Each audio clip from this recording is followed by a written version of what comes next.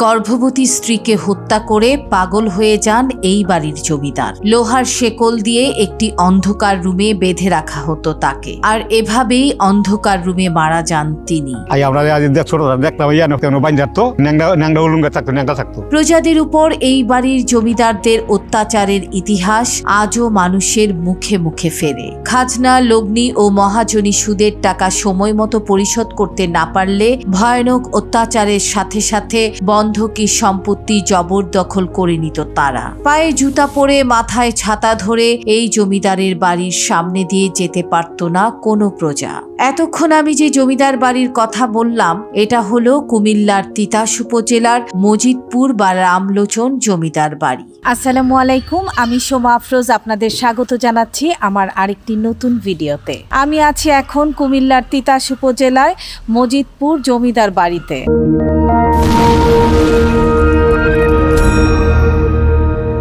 ঢাকা চট্টগ্রাম হাইওয়ের কুমিল্লার গৌরীপুর থেকে মজিদপুর জমিদার বাড়ির দূরত্ব প্রায় 10 কিলোমিটার। সকাল সকাল অটোতে করে গ্রামের রাস্তা ধরে যেতে ভালোই লাগছে। গোমতী নদীর ছোট্ট একটা ব্রিজ পার হলাম। এই সড়কটিকে বলা হয় গৌরীপুর হোমনা মহাসড়ক। এই মহাসড়ক ধরে আরো কিছুটা গিয়ে হাতের বাঁয়ে মজিদপুর যাওয়ার রোড। মিনিট 10 এই রোড দিয়ে গিয়ে পৌঁছে গেলাম মজিদপুর জমিদার বাড়ি।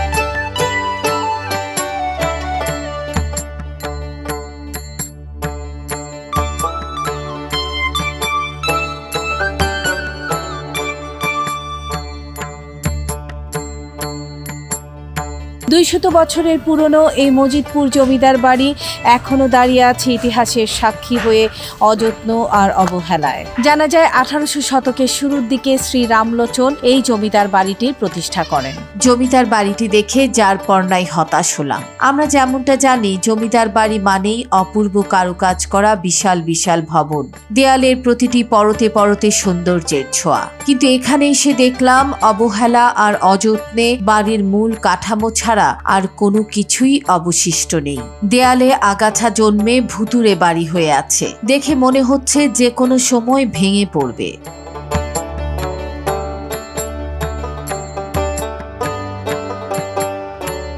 জমিদার বাড়ির উঠোনে টিনের ঘর তৈরি করে বেশ কয়েকটা পরিবার বসবাস করছে। বেহাল এই বাড়িটির ভিতরে যাওয়া ঠিক হবে কিনা বুঝতে পারছিলাম না, কিন্তু এতদূর এসে বাড়ি পুরোটা না ঘুরে চলে যাব তা কি আর হয়। রিস্ক নিয়েই বাড়ির ভিতরে যাওয়ার সিদ্ধান্ত নিলাম। মূল দরজার বাইরে এখনো কারুকাজ স্পষ্ট, ভিতরের অবস্থা আরো খারাপ। বাইরের দেয়ালের বেড়ে ওঠা গাছের শেকড় ভেতর অব্দি চলে এসেছে। 100 বছর আগে তৈরি হওয়া জমিদার বাড়িটির ইট সুরকির দেয়াল টিকে থাকলেও ধীরে ধীরে গ্রাস করছে জংলি গাছপালা।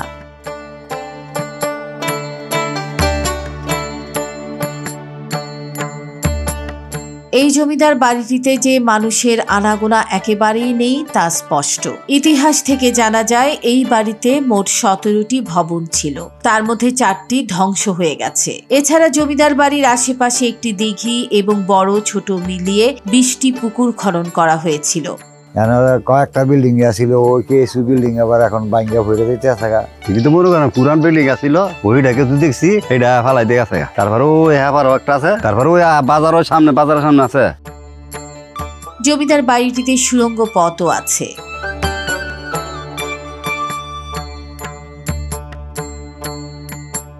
আবার উপরে যাওয়ার সিঁড়িও দেখলাম। আপাতত এটা ছাদ মনে হলেও সিঁড়ি দেখে মনে হলো আসলে এর উপরে আরো তালা ছিল। সেসব ধ্বংস হয়ে এখন বাড়িটি দোতলা পর্যন্তই টিকে আছে।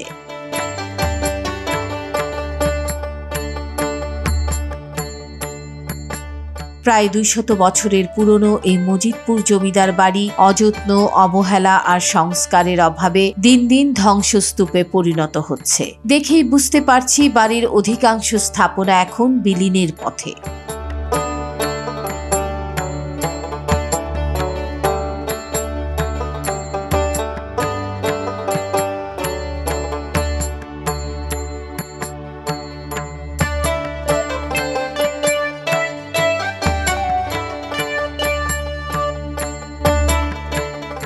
জমিদারি শাসনের শুরুতেই এই মজিদপুরে জমিদার বাড়ি তৈরি করেন এই জমিদার বংশের প্রথম পুরুষ রামলোচন রায়। কুমিল্লার মেঘনা, তিতাস, হোমনা আর মুরাদনগর পর্যন্ত তাদের জমিদারি ছিল। জমিদারি আইন বিলুপ্ত হওয়া পর্যন্ত বংশ পরম্পরায় তাদের জমিদারি চলে। এই মজিদপুর জমিদার বাড়ির রয়েছে এক অন্যরকম ইতিহাস। বংশক্রমানুসারে জমিদারি পাওয়া শিরিশচন্দ্র রায় তার গর্ভবতী স্ত্রীকে হত্যা করে উন্মাদ হয়ে যান। উন্মাদ এই জমিদার শিরিশচন্দ্র রায়কে একটি প্রকোষ্ঠে শিকল দিয়ে বেঁধে বন্দি করে রাখা হতো এবং এই অবস্থায় তার মৃত্যু হয়। ক্ষিতিশ বাবুরে আমরা দেখছি অনেক বয়স্ক, আমরা ছোট ছিলাম দেখছি। আমরা ছোট দেখলাম খুব বিরেজা ছিল, দেখতাম বাঞ্জার তো ন্যাংটা উলুঙ্গা থাকতো, ন্যাংটা থাকতো। আমরা চাইছি আমরা দেখতাম যে ফাগলটা চাইতাম বিদ্রোহী তিরিশ বাবু হ্যাঁ স্বামী স্ত্রী কিনে দিনে তর্কাতর্কি করে লাগিয়া হ্যাঁ নিজের বউ চালাইছে কাজটা হ্যাঁ মাথা নষ্ট হয়ে গেছে, পাগল হয়ে গেছে। এই রুমের মধ্যে রাখিয়া এবারে খাওয়ান টাওয়ান দিছে, মনে করেন মারা গেছে আর কি গেছে। কিন্তু শেষ হয় না তাদের জমিদারি। বংশ পরম্পরায় প্রায় 200 বছর এদের জমিদারি চলে। পরবর্তীতে ভারতবর্ষ ভাগ এবং জমিদারি প্রথা বিলুপ্ত হলে তারা তাদের জমিদারি ছেড়ে ভারতে চলে যান। কথিত আছে এই মজিদপুর জমিদার বাড়ির রয়েছে অনেক অত্যাচারের ইতিহাস। এই মজিদপুরের জমিদারদের প্রজাদের উপর নানা অত্যাচার আর জোর জুলুমের কথা আজও মানুষের মুখে মুখে শোনা যায়। খাজনা, লগ্নি ও মহাজনী সুদের টাকা সময় মতো পরিশোধ করতে না পারলে ভয়ানক অত্যাচারের সাথে সাথে বন্ধকি সম্পত্তি জবরদখল করে নিত তারা। পায়ে জুতা পরে মাথায় ছাতা ধরে এই জমিদারের বাড়ির সামনে দিয়ে যেতে পারত না কোনো প্রজা। সময় চলে যায়, ইতিহাস থেকে যায় অবকাঠামো। ভবিষ্যতে এসব অবকাঠামো দেখে ভ্রমণ করে মানুষ খুঁজে বেড়ায় তার পূর্বপুরুষের অস্তিত্ব। আজ যে জমিদার বাড়িটিতে এলাম, 200 বছর আগে এই বাড়িটি কত না জাঁকজমকপূর্ণ ছিল, কত প্রাণ চাঞ্চল্য ছিল এখানে, কত শত ঘটনার সাক্ষী এই জমিদার বাড়িটি। সব হারিয়ে গেছে, শুধু রয়ে গেছে একলা একা এই মজিদপুর জমিদার বাড়িটি।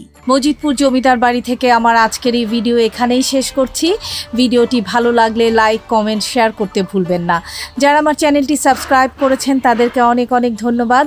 আর যারা এখনও আমার চ্যানেলটি সাবস্ক্রাইব করেননি তাদেরকে অনুরোধ জানাচ্ছি, প্লিজ আমার চ্যানেলটি সাবস্ক্রাইব করুন, বেল বাটন প্রেস করে রাখুন যেন নোটিফিকেশান পাওয়ার সাথে সাথে ভিডিও দেখতে পারেন। সবাই ভালো থাকবেন, সুস্থ থাকবেন। খোদা হাফেজ।